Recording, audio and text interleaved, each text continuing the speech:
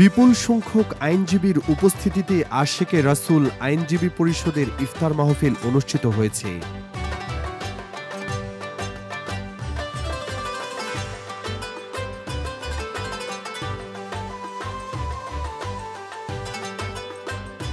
গত 17 মার্চ ঢাকার একটি রেস্টুরেন্টে বিপুল সংখ্যক আইনজীবীর অংশগ্রহণে অনুষ্ঠিত এই মাহফিলে বাংলাদেশ সুপ্রিম কোর্টের আইনজীবী সহ বিভিন্ন জেলা বারের আইনজীবীগণ উপস্থিত ছিলেন।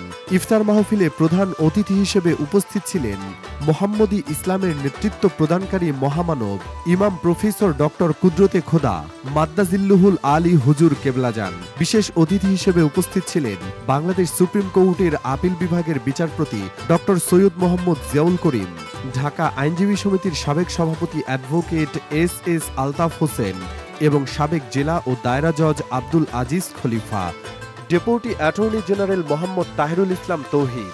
অনুষ্ঠানে বক্তব্য রাখেন বাংলাদেশ সুপ্রিম কোর্টের জ্যেষ্ঠ আইনজীবী অ্যাডভোকেট হাসান তারেক, অ্যাডভোকেট জিয়াউর রহমান, নারায়ণগঞ্জ মহানগর বিএনপির সদস্য সচিব অ্যাডভোকেট মোহাম্মদ আবু আল ইউসুফ খান টিপু, জাতীয় আইন কলেজের সাবেক ভাইস প্রিন্সিপাল অধ্যাপক আব্দুল মান্নান মিয়া, ফাতেমা ল কলেজের প্রিন্সিপাল জনাব লুৎফুল আহসান বাবু, আল কুরআন গবেষণা কেন্দ্রের সদস্য হজরতুল আল্লাম ইমরান হুসাইন মাজহারি সহ বিশিষ্ট ব্যক্তিবর্গ।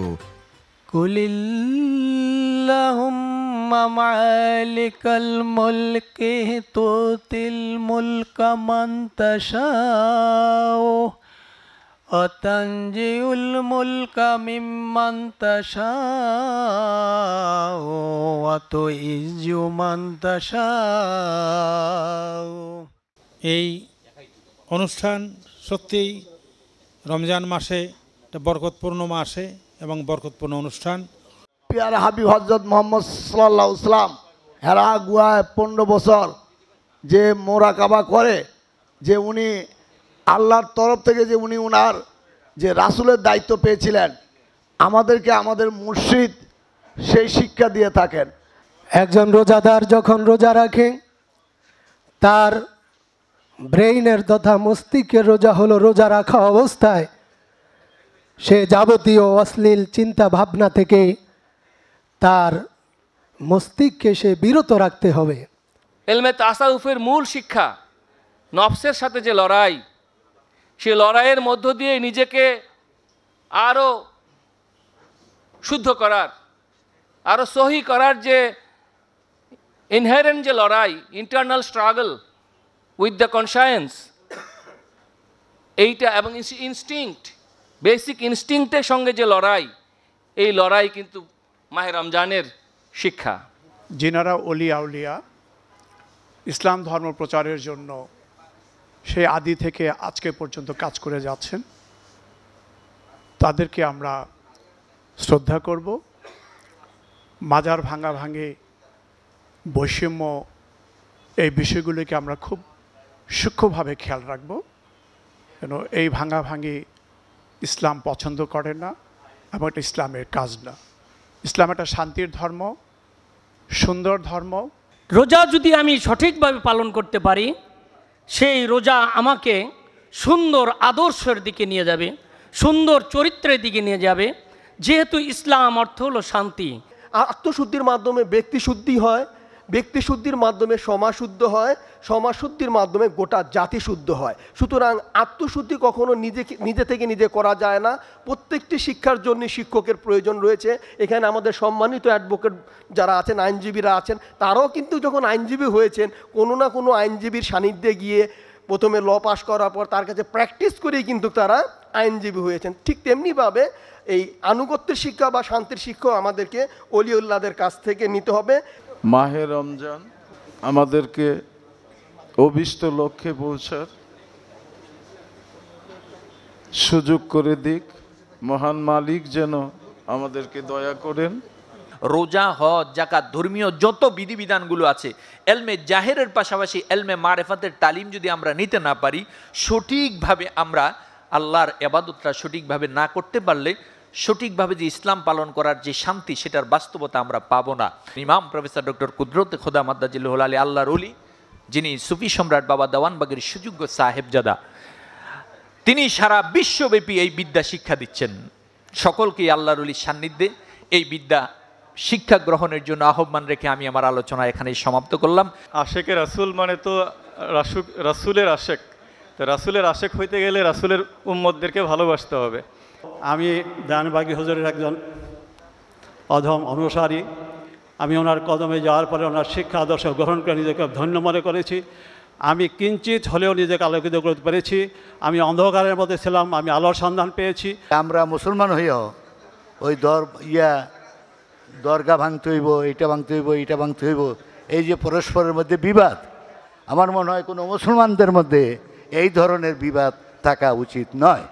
কাজে আসুন আমরা যেমন মুসলমান, আমরা মুসলমান হিসাবে আমাদের দায়িত্ব ওই যে শান্তির ধর্ম, এই শান্তিকে সামনে রেখে আমরা পথ চলা আরম্ভ করি। আমরা মনে করি তার আদর্শ যদি আমরা ধারণ করে চলি, তাহলে কোরআন হাদিসের যে ব্যাখ্যাগুলা সেগুলো আমাদের জন্য বোঝা সহজ হবে, এবং যারা আছেন তারা সবাই তার ফলোয়ার হিসাবে সেটা অনুসরণ করে চলবেন। তাহলে আমরা ধর্মটাকে সঠিক পথে মেনে চলার মতো জ্ঞান অর্জন করতে সক্ষম হব। বিচারপতি ডক্টর সৈয়দ মোহাম্মদ জিয়াউল করিম তার বক্তব্যে বলেন, সুফি সম্রাট হযরত সৈয়দ মাহবুবে খোদা দেওয়ানবাগী হুজুর কেবলাজানের আদর্শ ও শিক্ষা প্রচারে আশেকে রাসূল আইনজীবী পরিষদের ভূমিকা অত্যন্ত গুরুত্বপূর্ণ। তার শিক্ষা দর্শন আমাদের সমাজকে আলোকিত করার পথ দেখায়। যে মাহবুবে খোদা উনি ছিলেন, ওনার পুত্র আজকে এই আদর্শিক বিষয়গুলো নিজের হাতে নিয়েছেন এবং এটা প্রচার অভিযান এবং প্রতিষ্ঠিত করার জন্য এই আইনজীবী সমাজের, বিশেষ করে এই পরিষদের যথেষ্ট ভূমিকা রয়েছে। সেই ভূমিকা আমি আশা করি আপনারা সবাই প্রতিপালন করবেন এবং এটা প্রতিষ্ঠিত করবেন। আল্লাহুম্মা সাল্লি আলা সাইয়্যিদিনা মাওলানা মুহাম্মদ ওয়া আলা আলি সাইয়্যিদিনা মাওলানা ইয়া ইমাম সালাম আলাইকা ইয়া রাসূল সালাম আলাইকা ইয়া হাবিব সালাম আলাইকা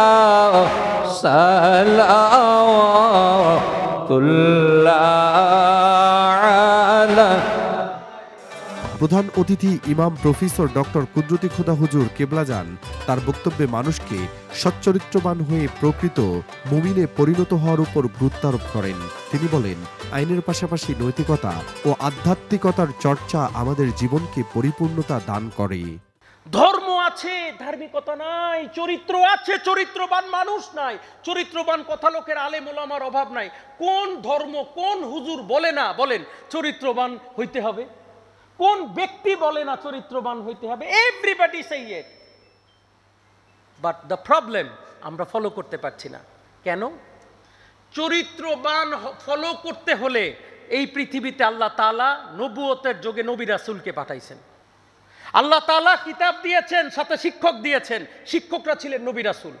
নবুয়তের যুগে ছিলেন শিক্ষকরা নবী রাসূল। আর বেলায়েতের যুগে শিক্ষকরা হচ্ছেন ওলি আল্লাহ, আল্লাহর ওলিগণ, যাদের কাছে আসলে সবাইকে এক পাল্লায় মাপা যাবে না। ট্রু, আমি মানি সবাই হয়তো হক্কানি নাও হতে পারে, বাট এর অর্থ হক্কানি ও আল্লাহর ওলি এই জগতে নাই, এটাও সঠিক নয়। এটাও সঠিক নয়। সো আপনি যদি একজন হক্কানি আল্লাহর ওলির কাছে যান, ওনার কাছে তাওয়াজ্জু আছে, ওনার কাছে নূরে মুহাম্মাদি আছে, প্রজ্বলিত তাওয়াজ্জু নূর আছে, ওনার সিনার সাথে ওই ফায়েদ যদি আপনি আপনার হৃদয়ে ধারণ করতে পারবেন, আপনি দেখবেন আপনি পাপ করতে পারছেন না। আপনি দেখবেন আপনার অন্তরের কুলসতা পাপ চিন্তাগুলো আসছে না।